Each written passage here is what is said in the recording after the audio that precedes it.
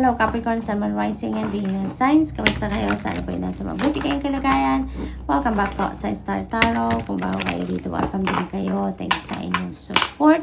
I truly appreciate it. God bless you all. Sa unang mensahe ni Capricorn ay 4 of Cups. Ayan. So Capricorn, maaaring meron kayo ditong offer na parating or maaaring nandyan na, kumakatok na, pero hindi ninyo yan na napapansin, Maaring i-ignore ninyo yan or totally talagang hindi pa ninyo nakikita yung sitwasyon na yan, Or yung offer na yan, maaring hindi pa ninyo pansin, kumbaga.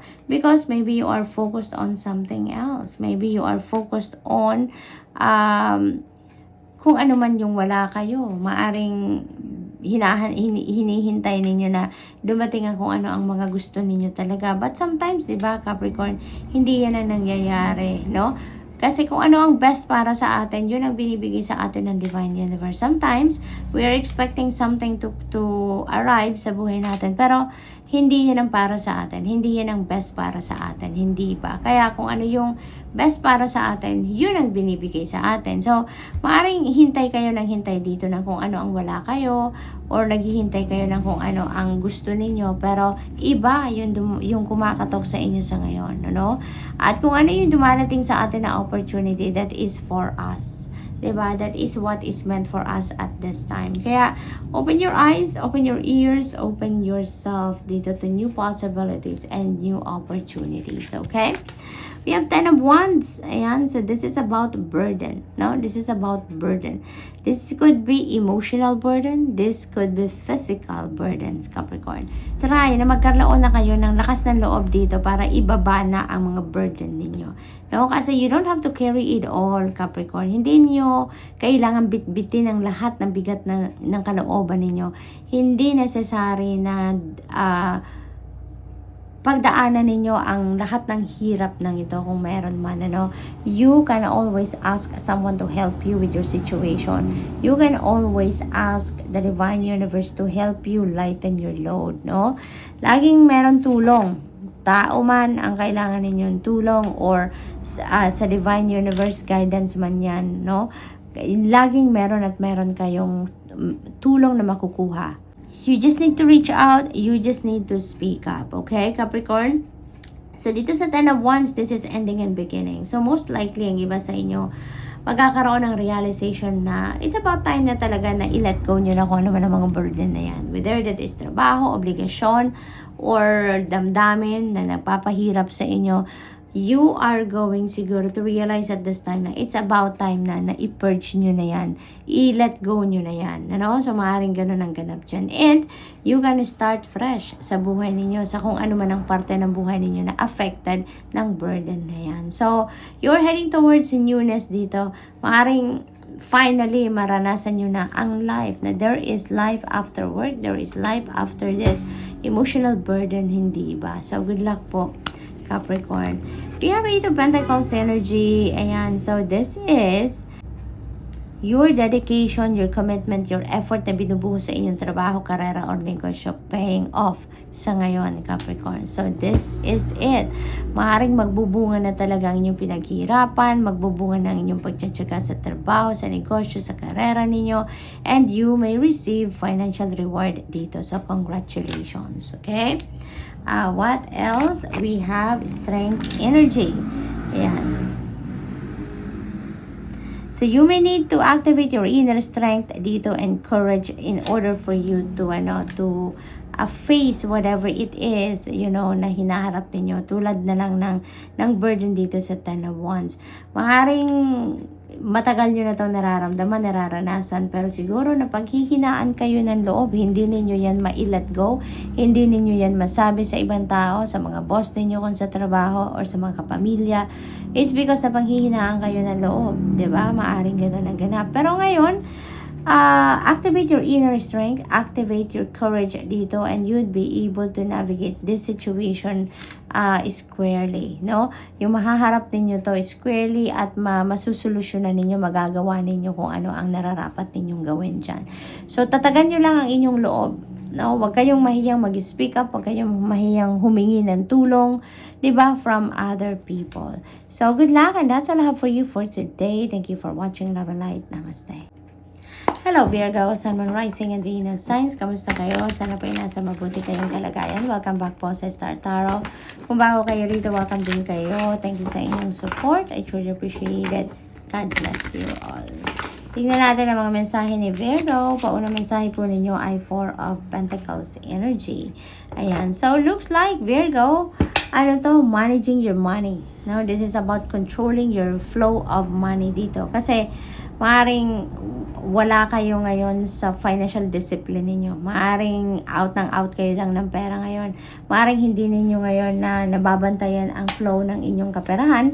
Kaya po sinasabi dito sa inyo na you need to take control of your money sa ngayon.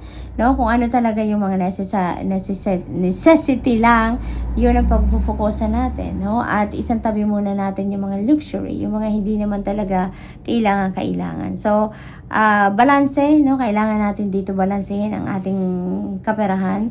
Manage your money wisely. Take control of your spending. Then, dito, Virgo, we have Six of Swords. Ayan, may mga resolution na dito na makukuha kayo or mapa-find out kayo sa inyong difficult situation. For some of you dito, Virgo, maaring nahihirapan kayo sa inyong sitwasyon. Maaring there is a difficult situation, unhealthy situation specifically, maaring nararamdaman ng iba sa inyo dito. But, you know what?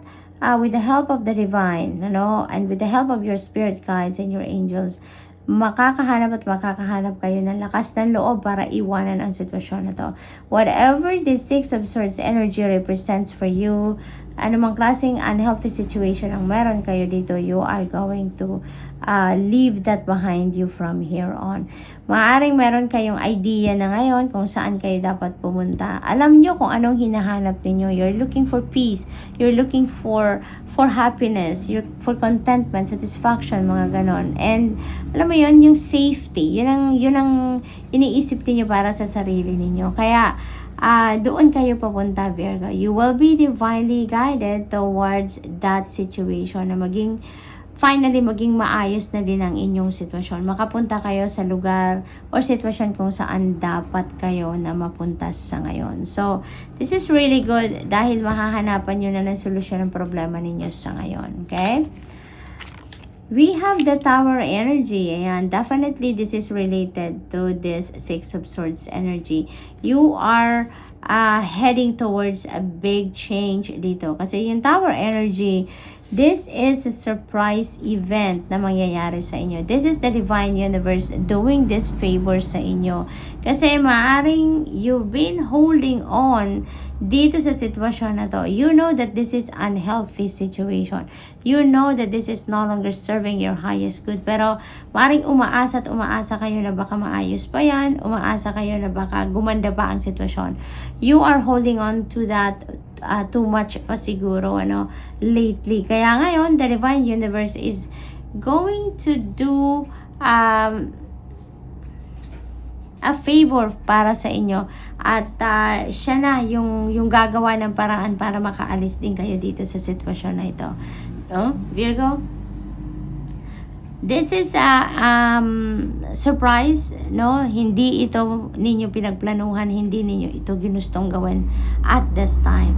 But ipagpapasalamat ninyo na mangyari kung ano man itong pangyayaring ito. You're going to be grateful dito sa gagawin ng divine universe na to, because kung saan man kayo dadalhin ng energy na to, you will be in alignment with your purpose. You will be in alignment with your destiny. This has to happen sa ngayon. This has to happen. Kaya hindi na ito pwedeng ipagpabukas pa or sa isang week na or sa isang buwan na. Kung ano man ang ganap dito sa buhay ninyo, ang divine universe na ang gagawa niyan para sa inyo, because it has to happen at this time. Okay?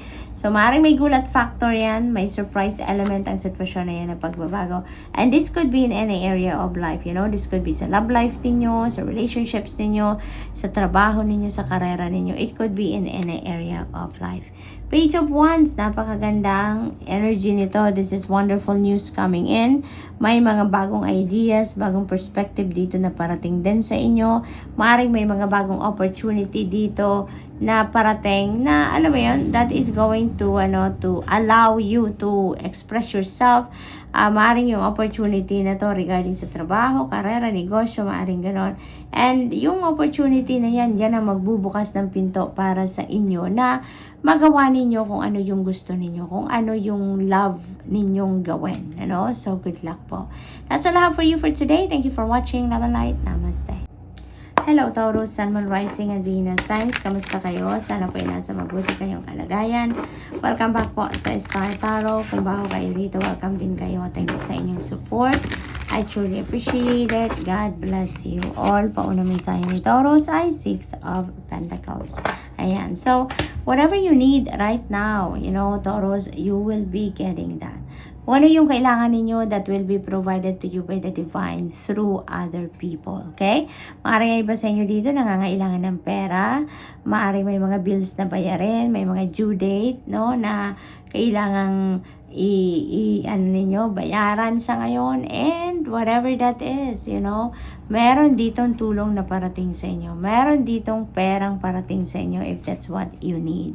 Maaaring meron kayo ditong ma-receive na komisyon, sahod ninyo, bonus, maaaring ganon. Or, maaari kasi na meron ako nakikitang 4 months na hindi nababayaran ng employer siguro ninyo or sa trabaho, and maybe ma-receive nyo na yan around this time, yung sweldo na yan. There could be also people that are willing to help you dito. Maaaring meron dito magbigay ng pera sa inyo, may magregalo, or may magpaluwal. Nakakaloka, hindi ko nag-gets yung word na yun. Magpaluwal, Maaaring meron ganong ganap dito for some of you. Kaya, kung anong kailangan ninyo ngayon, you are getting that. Alright? So, what else? We have 2 of Cups. This is beautiful partnership na papasukin ng iba sa inyo dito. This could be in any area of life. Maaring partnership ito in friendship, in a project. Maari din na partnership ito in love. So, maaring meron dito 2 puso na may union, kumbaga, maaring meron ditong bagong love connection na mabubuo, new relationship na sisimulan ang iba sa inyo, Taurus, so that is possible, maganda dito, this is meeting of 2 kindred spirits. This is a strong bond between 2 people. Kaya kung anumang klaseng relationship dito ang mabubuo between you and another person, that is going to be very beneficial for you. Kasi then, very supportive ang taong ito sa inyo. Kung ano man ang inyong gagawin, ano man ang inyong klaseng relasyon na mabubuo dito, that person is going to be very supportive of you, very helpful of you. At saka isa pa, Taurus, to siya, parang soulmate ninyo ang taong ito. Kaya mararamdaman ninyo na you are on the same wavelength, mararamdaman ninyo na parang ang tagal na ninyo magkakilala, yung ganun ba, yung click agad kayo, kumbaga. So, we have King of Pentacles. Ayan, napakaganda nitong energy na to. Lalong-lalo na pagdating sa money, career, and finances. Kasi ibig sabihin nito na you are going to be wealthy. Maaring ay iba nga sa inyo talagang yayamanin na sa ngayon. Maaring ay iba talaga sa inyo nasa tugatog na ng tagumpay pagdating sa inyong money, career, and finances.